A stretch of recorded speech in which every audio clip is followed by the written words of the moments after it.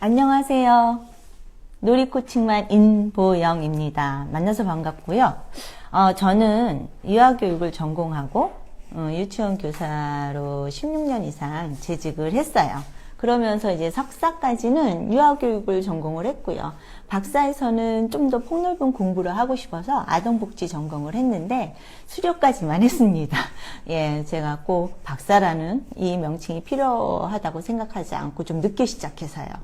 저는 지도 교수님이 이제 자문으로 계시는 주식회사 아동 코칭 센터를 운영도 해봤고, 그 다음에 한국 영리더십 센터에서는 여러 가지 프로그램 개발이라든지 연구 등에 참여하면서, 예, 그동안 제가 유아교육과 관련해서 많은 프로그램 제작하고 그것을 하는데 참여를 했습니다. 지금은 주식회사 한국 영리더십 센터에서 교육이사로 계속 있으면서 이제 구마다 있는 육아종합지원센터에서 제가 이제 전문가로서 컨설팅이라든지 놀이 컨설팅, 교육과정 컨설팅, 또 평가제 컨설팅 이런 컨설팅을 하고요. 그 다음에 부모교육 등을 좀 강의하고 활동하고 있습니다. 지금까지는 어떻게 보면 꿈을 이룬 그러한 행복한 삶을 사는 사람이었던 것 같아요. 그래서 이제부터는 제가 경험하고 쌓아왔던 것을 이제 나누고 싶어서 이 장을 펼쳤고요. 여기에서 여러 엄마들이랑 이제 선생님들한테 좋은 놀이 코칭 마음으로 여러분들을 돕고 싶습니다. 시작은 미비하네요. 그러나 끝은 창대하리라는 말씀 아래 저는 기도하며 이제 시작하도록 하겠습니다.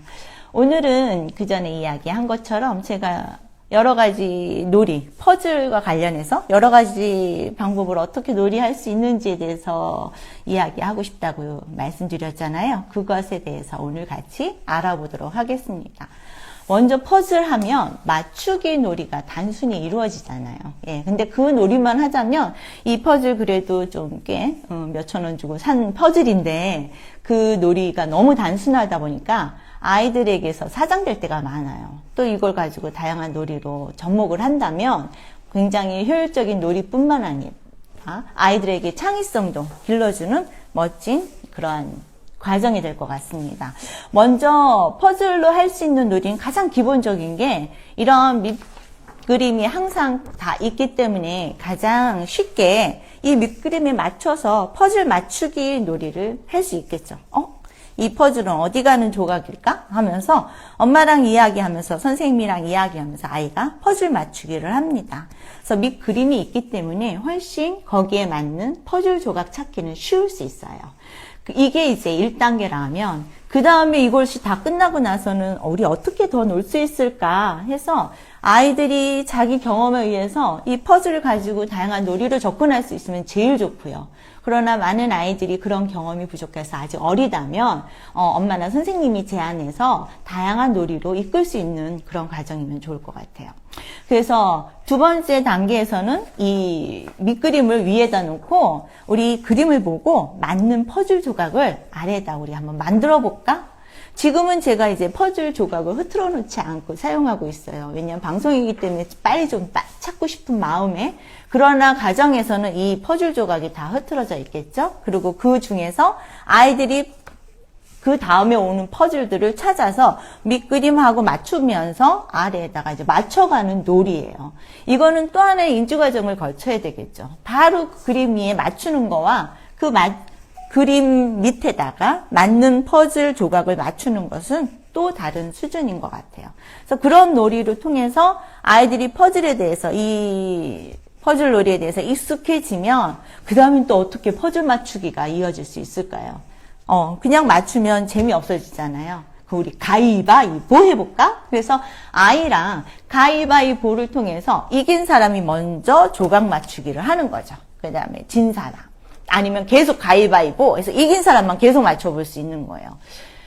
퍼즐 놀이를 통해서 아이들한테 경쟁심을 일으키게 할 필요는 없죠. 누가 더 잘 맞추나 막 이런 게 아니라 이긴 사람이 퍼즐 조각을 맞출 수 있는 거죠. 그런 과정에서 자기가 이겼고 또 퍼즐을 맞춰가는 그런 성취감. 그러나 누가 더 잘했고 못했고 이런 과정에서 오는 아이들의 패배감 이런 건 주지 않고 협동해서 같이 맞추지만 그러나 그냥 맞추는 것이 아니라 가위바위보라는 놀이의 재미를 통해서 아이들이 퍼즐 조각을 하나씩 맞출 수 있는 과정으로 또 이끌어 줄 수도 있어요.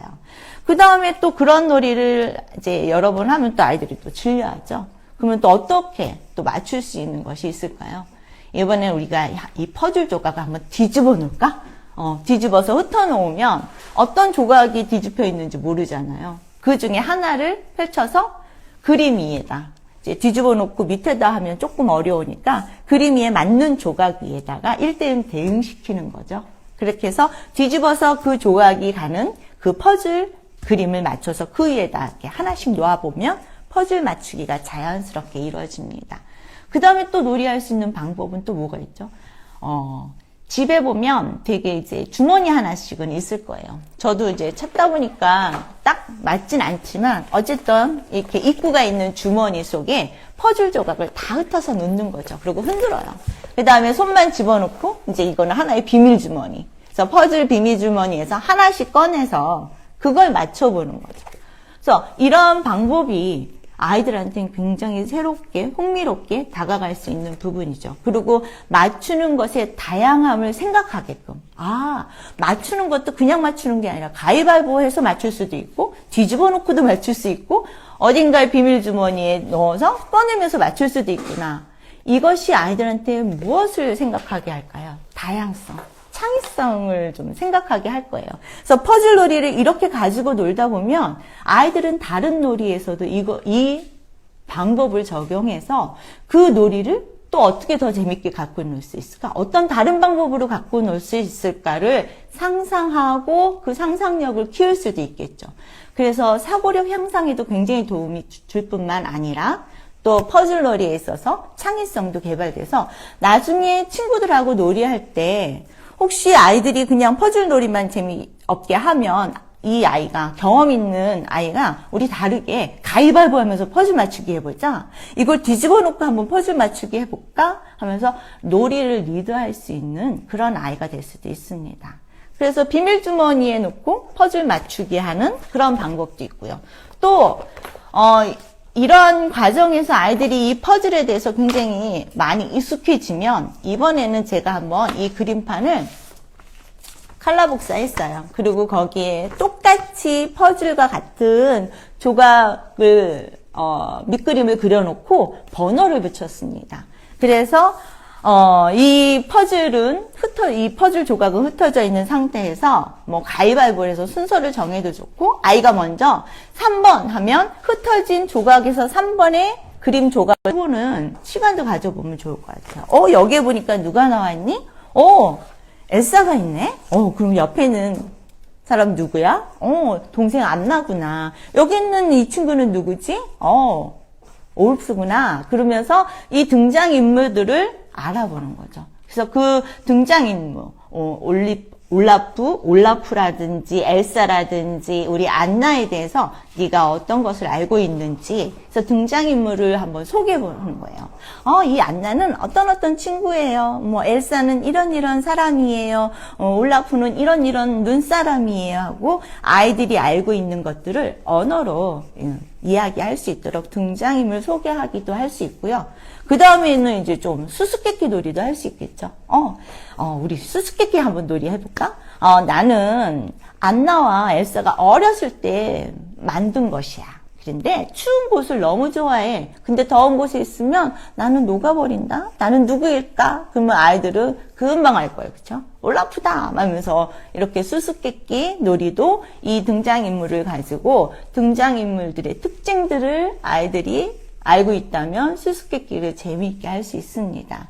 그리고 꼭 선생님이나 우리 엄마들만 수수께끼 내는 게 아니라 아이들도 그럼 네가 한번 수수께끼를 만들어 볼래? 해서 이렇게 퍼즐에 나오는 등장인물들의 수수께끼를 만들어 보는 그런 언어놀이도 할 수 있고요.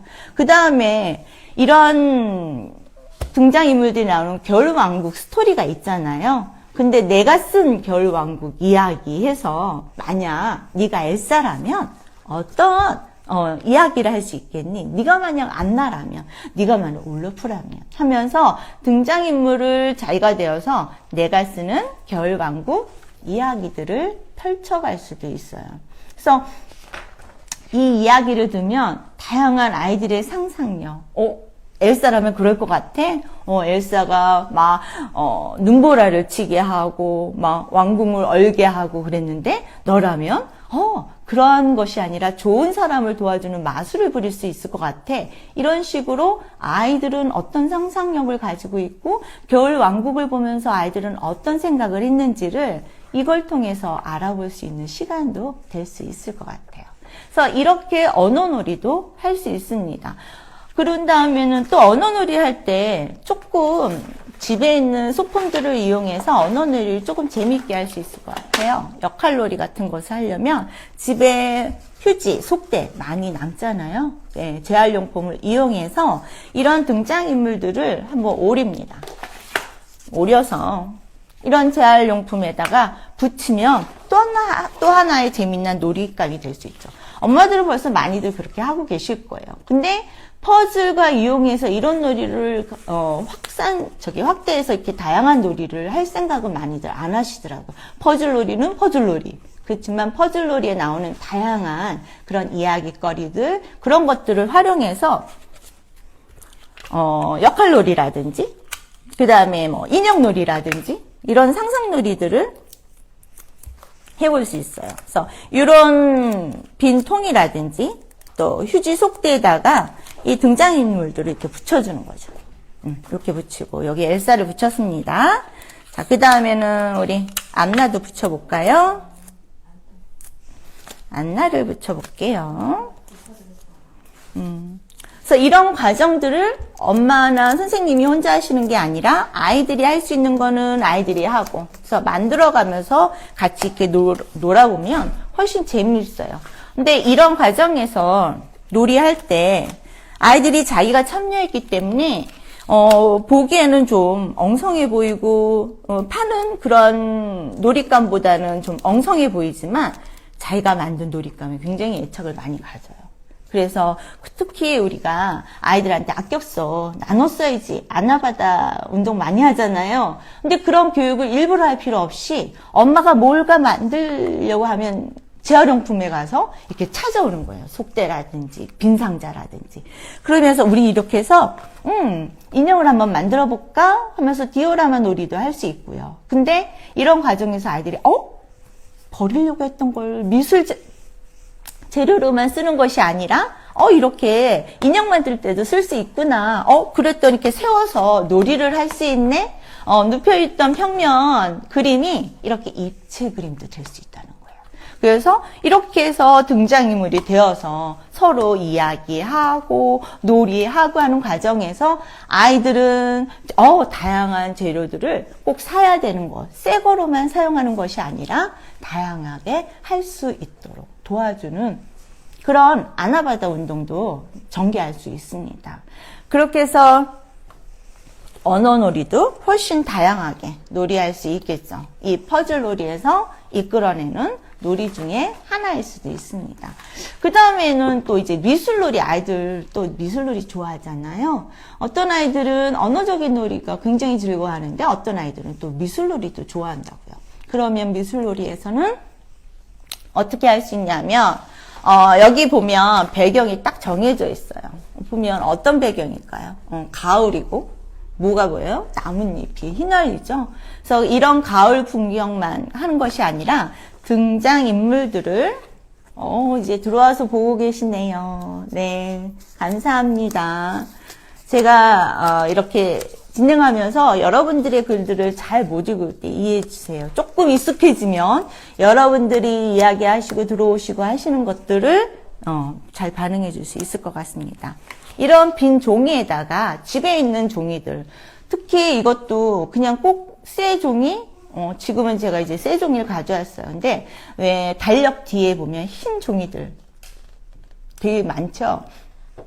그런 것들을 사용하면 더 좋아요. 그러면 아이들이 그런 것들을 다시 재활용할 수 있는 그런 경험도 할 수 있고 좋습니다. 그래서 등장인물들을 오려서 이렇게 붙여줘요. 그리고 나서 배경을 한번 우리가 겨울 배경을 한번 만들어 볼까? 그러면 왜 겨울왕국에서 막 겨울 눈보라치고 뭐 눈 쌓인 숲을 거닐고 막 이런 등장하는 배경들 많이 보잖아요. 그걸 생각하면서 아이들이 여기다 이제 그림을 그리는 거죠. 자기만의 겨울왕국을 한번 꾸며볼 수도 있어요. 그럴 때 아이들은 자기의 경험을 살려서 다시 생각해서 그거를 재현하는 활동을 하기 때문에 굉장히 좋은 재미있는 활동도 될 수 있습니다. 저 잠깐 물만 마시고 다시 시작할게요. 자, 그 다음에는 또 어떤 놀이를 할 수 있느냐 하면 이걸 가지고 아이들이 등장인물한테 필요한 것들을 한번 그려보고 주는 필요한 물건들을 그려보는 활동도 좋을 것 같아요. 여기 보면 이제 엘사와 안나가 나오는데 우리 엘사에게는 어떤 물건들이 필요할까? 무엇이 있으면 더 좋을까? 그러면 아이들이 엘사에게 필요한 것들 뭐 마술봉이 있으면 좋겠어 엄마 라든지 엘사는 여왕이니까 왕관을 만들어서 해줄까? 그리고 목걸이도 있으면 좋을 것 같아. 그래서 엘사한테 필요한 것들을 한번 그려서 엘사한테 이렇게 해주는 그런 활동도 하나 좋을 것 같아요. 그럴 때도 그냥 종이를 사용하는 것이 아니라 이렇게 재활용품을 활용하면 아이들에게 좋은 그런 교육적인 효과도 있고 또 집에 있는 것들을 활용해서 꼭 그거 준비 안 됐는데 우리 다음에 하자 이런 얘기 안 하고 있는 걸로 재료로 활용해서 사용할 수 있습니다. 그래서 여기에다가 한 가지는 왕관이라든지 또 마술봉이라든지 이런 것들을 그려서 오려서 여기 주인공들한테 이렇게 해주는 거죠. 또 안나에게는 뭐가 필요할까? 또 울라프에게는 뭐가 필요할까? 해서 그들 등장인물들한테 필요한 물건들을 그려보고 오리고 한번 해보는 과정들이 있으면 좋을 것 같아요. 자, 제가 간단하게 한번 퍼즐을 가지고 놀이할 수 있는 방법들을 찾아봤어요. 먼저 조작놀이로는 여러 가지 맞추는 방법들 6가지를 한번 찾아봤거든요. 그 다음에는 언어놀이에서는 아이들이 알고 있는 등장인물들을 소개해보고 또 수수께끼도 내보고 또 자기가 알고 있는 겨울왕국을 좀 바꿔서 내가 엘사라면 내가 안나라면 해서 자기의 이야기를 펼쳐볼 수 있는 놀이들을 소개해봤습니다. 그리고 또 이렇게 인형들을 세워서 역할놀이 할 수 있는 것도 제안을 해봤습니다. 이런 놀이가 또 언어놀이도 있고요. 그 다음에 또 보면 미술놀이로 배경을 다시 그려본다든지 등장인물들한테 필요한 그러한 소품들을 만들어서 오려서 놓아본다든지 이런 활동들을 통해서 미술놀이도 할 수 있어요. 이거 외에도 더 많은 놀이들이 있겠죠. 그런 놀이들을 아이들하고 해보면 이 퍼즐 가지고 놀이할 수 있는 다양한 방법을 아이들은 경험하고 익히면서 놀잇감 하나로 그냥 그 방법 하나로 노는 것이 아니라 나만의 놀이 방법을 생각해 볼 수 있구나. 그랬을 때 더 즐거움이 크고 기쁘고 그 다음에 그러한 놀이에 몰입할 수 있는 동기도 되어집니다. 제가 요즘 우리 누리과정이나 모든 유아교육 과정들이 놀이 중심 교육과정으로 바뀌었어요. 그래서 이제 놀이 중심 교육과정으로 바뀌다 보니까 놀이에 대해서 많은 사람들이 궁금해하고 그럼 그동안 놀이를 안 했나요? 아니, 놀이했죠. 근데 그거는 진정한 놀이보다는 또 활동 위주의 놀이가 많았습니다. 근데 놀이라는 것이 굉장히 큰 힘이 있고 놀이를 통해서 아이들이 배우고 얻고 할 수 있는 게 굉장히 많다는 거예요. 그래서 그 놀이를 할 수 있는 여러 가지 방법을 알고 있다면 아이들은 그 놀이를 더 즐거워할 것이고 그 놀이를 주도적으로 하면서 거기에서 창의적인 생각, 또 상상력, 또 문제 해결력 하면서 이럴 때 어떻게 하지? 이거는 어디다 하면 좋지? 하는 부분에서 아이들이 자기 얘기를 쉽게 이야기할 수 있고 뿐만 아니라 선생님이나 엄마랑 이렇게 놀이를 통해서 아이들은 협동하는 방법도 익힐 수 있죠. 저희가 이제는 아이들에게 지식적인 교육을 해서는 이제는 앞으로 아이들이 살아갈 수가 없다고 해요. 지식은 어디에다 있어요? 컴퓨터 안에. 그러면 아이들은 무엇을 배우고 살아야 될까요? 창의적인 거, 창의성이라든지 문제 해결력, 비판적 사고. 그다음에 협동 이런 것들을 배워야지 인공지능을 이길 수 있다는 거죠. 인간만이 할 수 있는, 잘할 수 있는 그런 것. 그런데 그런 요소들이 어디에 있느냐? 바로 놀이 안에 있다는 거예요. 그래서 놀이를 그냥 활동으로 이렇게 하자 해서 하는 것만이 아니라 정말 아이들이 흥미로워하고 자기가 주인이 되어서 주도적으로 선택해서 그 놀이를 다양하게, 그 놀이를 통해서 아이들이 어떤 문제에 부딪혀도 도전할 수 있고 쉽게. 근데 활동에는 어떤 목적이 정해져 있기 때문에 연령이 다 정해져 있잖아요. 이거는 4세에게 맞는 거, 이건 6세에게 맞는 거. 그러나 놀이는 연령 제한이 없어요. 이 놀이가 물론 퍼즐이 21개 쪽인가 이 정도 되기 때문에 뭐 7살이나 이런 아이들한테는 재미없을 수도 있어요. 그러나 이렇게 다양한 놀이를 한다면 7살 아이들도 재미있게 이 퍼즐을 가지고 놀이할 수 있다는 거죠.